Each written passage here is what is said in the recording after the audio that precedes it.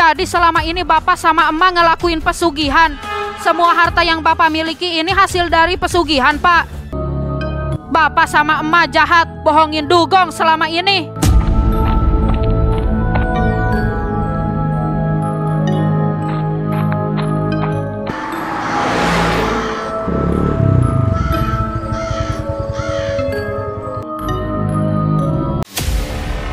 Jendela itu diketuk pelan, suaranya tangis terdengar, tawanya tanpa terlihat. Aku merinding sendirian.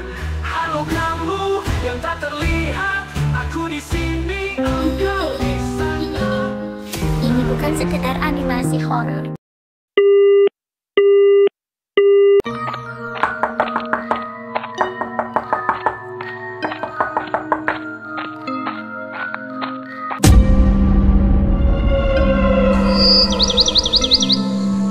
Kemana anak gua? Semalam elu yang bawa dia kan? Kalau berani-beraninya lu sembunyiin anak gua, bakal gua bawa ke polisi. Enggak ada.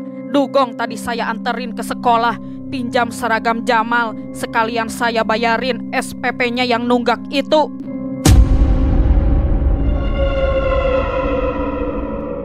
Lu jangan ikut campur urusan keluarga gua ya. Gak usah sok pahlawan deh. Lagian gua juga punya duit buat bayarin sekolahnya. Kalau punya duit kenapa gak dibayarin dari kemarin? Besok dia ujian. Kalau hari ini belum bayar SPP, dia gak bisa ikut ujian besok. Maaf nih Mas Suke, tapi kan Mas ini. Kenapa Bu? Ibu khawatir saya pakai duit haram buat bayar SPP Dugong. Enggak Bu, saya pakai uang hasil dari pekerjaan saya. Uangnya bukan uang haram. Kerja apa lu? Jadi dukun? Sama aja bodoh, itu duit haram. Saya kan perantara jual beli tanah. Kemarin dapat komisi dari hasil penjualan tanah milik teman saya. Jumlahnya lumayan dan SPP Dugong tidak ada apa-apanya dibanding uang yang saya punya. Asal Bapak tahu, saya tidak pernah menghasilkan uang sepeser pun dari hasil perdukunan. Meskipun klien saya banyak, tapi saya tidak pernah mau menerima uang dari mereka. Ibu nggak usah khawatir, SPP Dugong saya bayar pakai duit halal. Tidak seperti bapaknya Dugong yang mengandalkan dari pesugihan. Bodoh sekali.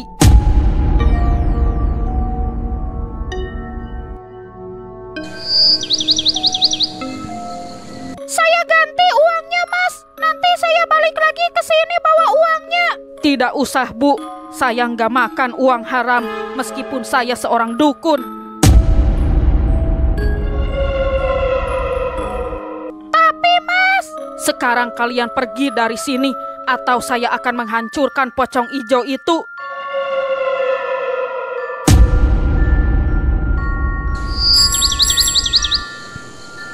Jangan sembarangan kamu Suke, dan jangan so tahu ya tentang pesugihan saya. Padahal sebaiknya akhiri pesugihan pocong ijo itu sekarang. Kalau tidak, Bapak akan kehilangan anak Bapak. Tidak mungkin ya, sahabat saya tidak sejahat itu. Jangan sembarangan, jaga mulutmu itu Suke. Memangnya Bapak yakin kalau pocong ijo itu benar-benar sahabat Bapak yang bernama Jojo?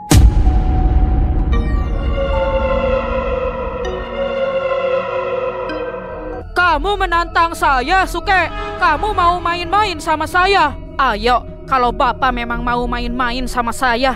Katanya orang beragama, tapi percaya kalau arwah gentayangan itu ada. Setauku di kepercayaan kalian itu kalau orang sudah meninggal, ruhnya akan tenang bersama Tuhan. Dan kalaupun mendapat siksa, ya akan mendapat siksaan di alam sana. Tidak ada arwah yang gentayangan. Bukankah begitu Pak Dahlan?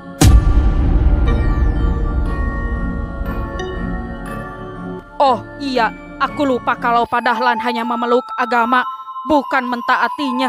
Tidak seperti Pak Slamet.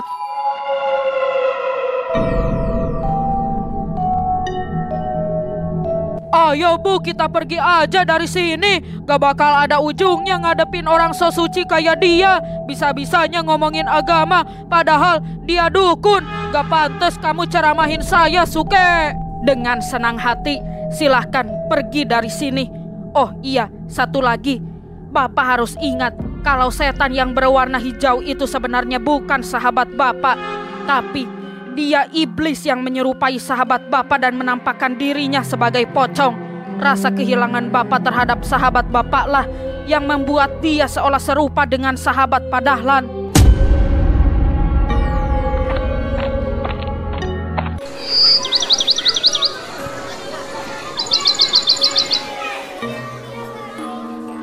Mal, nanti gua pulangnya ke rumah lu dulu ya.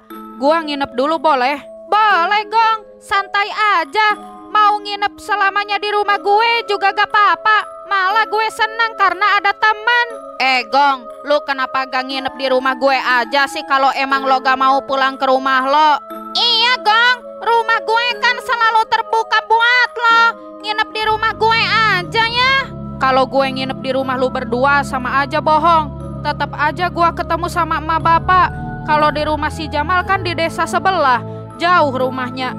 Please guys, gue lagi gak mau ketemu sama emak bapak. Ya kalau itu mau lo, oke deh gak apa-apa. Tapi kalau lo mau tinggal di rumah gue, datang aja ya Gong. Jangan sungkan, kita kan temenan dari kecil. Susah senang, kita harus bareng-bareng. Tapi maaf nih Gong, lu kan tahu kalau keluarga gue ikut pesugihan. Uang yang dimakan sama keluarga gue 100% hasil pesugihan. Emangnya lu mau makan duit keluarga gue? Gak mungkin kan lo nginep di rumah gue tapi gak makan. Gue tadi dikasih duit sama Kasuke, katanya buat pegangan selama beberapa hari, termasuk buat jajan sama makan gue. Soalnya gue udah bilang ke Kasuke kalau gue gak akan pulang dulu ke rumah. Gila, baik banget Kasuke. Udah mah dia bayarin SPP lu, sekarang ngasih lu uang jajan juga. Berapa emangnya dia ngasih lu duit, Gong? 3 juta.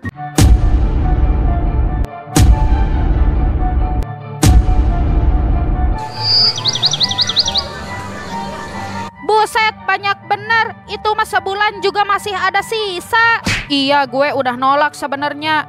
Gak enak juga karena dia udah bayarin SPP gue. Tapi pas gue nolak malah jadi gue yang kagak enak. Dikiranya gue gak mau nerima duit dia karena dia dukun, takut duitnya duit haram. Kata dia ini duitnya halal. Dia dapat komisi dari penjualan tanah milik temennya. Iya, setahu gue Kasuke gak pernah nerima uang dari perdukunan deh. Kecuali Kak Kesi, dia selalu pasang tarif mahal sama kliennya dan hidup dari duit perdukunan. Gue kan bareng mereka dari kecil, jadi gue tahu semuanya tentang mereka.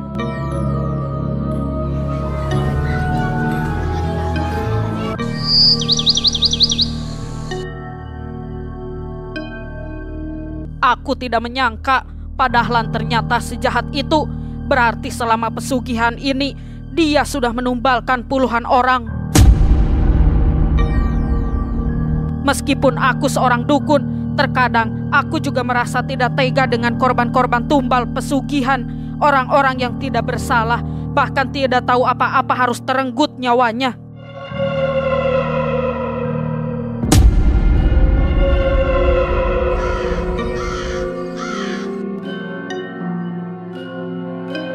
Apa? Jadi itu sebenarnya bukan pocong, bukan arwah sahabatnya Pak Dahlan.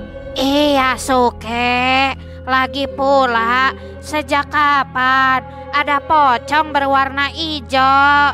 Kakakmu itu mengarangnya keterlaluan. Dia tidak akan terbuka kepadamu. Banyak yang dia sembunyikan darimu Suke. Kenapa kakak membohongiku? Kamu masih belum tahu. Si itu dukun perantara pesugihan si Dahlan. Dia yang membantu pesugihannya. Sebagai dukun, dia harus menjaga rahasia kliennya. Makanya dia mengarang cerita kepadamu soal kematian pocong ijo. Berani-beraninya kakak membohongiku. Iya, bodoh sekali kakakmu Suke. Mungkin dia mengiranya kamu tidak akan bertanya kepada aku Suke. Tapi aku minta kamu jangan marah kepada kakakmu ya. Dia juga menjaga martabatnya sebagai dukun. Iya, Nek. Aku akan berpura-pura tidak tahu saja.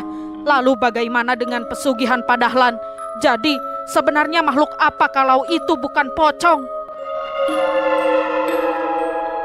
Buto ijo, Suke.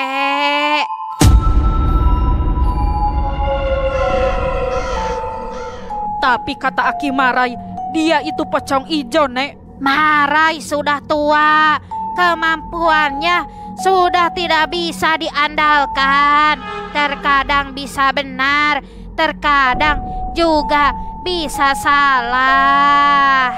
Terus, apa Padahlan tahu kalau itu Buto Ijo? Tidak, dia tahunya itu pocong, Suke. Dia sangat kehilangan atas kepergian sahabatnya yang bernama Jojo itu. Setelah kematian sahabatnya, Dahlan selalu bepergian ke tempat di mana Jojo berkunjung. Sebenarnya cerita kakakmu tidak 100% bohong, Suke. Benar kata dia bahwa sahabat Dahlan itu dulunya ngilmu. Dia sangat terobsesi menjadi dukun, tapi tidak kesampaian dan akhirnya meninggal. Sejak itu Dahlan kesepian. Dia sangat terpuruk atas kepergian Jojo, karena hanya Jojo lah yang menjadi sahabatnya. Semenjak Jojo meninggal, Dahlan selalu bepergian ke tempat-tempat di mana Jojo berkunjung untuk mengenang sahabatnya, termasuk tempat-tempat ritual Jojo seperti goa, hutan, gunung. Hingga suatu hari, Dahlan melihat pocong ijo di salah satu goa yang dia kunjungi. Pocong itu mengaku dirinya arwah Jojo sebagai orang yang sedang terpuruk atas kepergian sahabatnya. Dahlan langsung mempercayai kalau itu arwah Jojo, padahal itu Buto Ijo. Tapi di mata Dahlan itu adalah pocong. Semenjak itu mereka dekat hingga akhirnya terjadi kesepakatan pesugihan sampai sekarang, Suke. Kenapa bisa begitu, Nek? Buto Ijo, tapi yang dilihatnya berupa pocong. Dahlan berlarut-larut dalam kesedihan. Kamu kan tahu, Suke, kalau apa yang kita rasakan itu bisa dirasakan juga oleh makhluk lain di sekitar kita. Terkadang mereka memanfaatkan itu. Buto Ijo memanfaatkan energi Dahlan yang pada saat itu sedang lemah, Suke, sehingga mudah ditipu daya.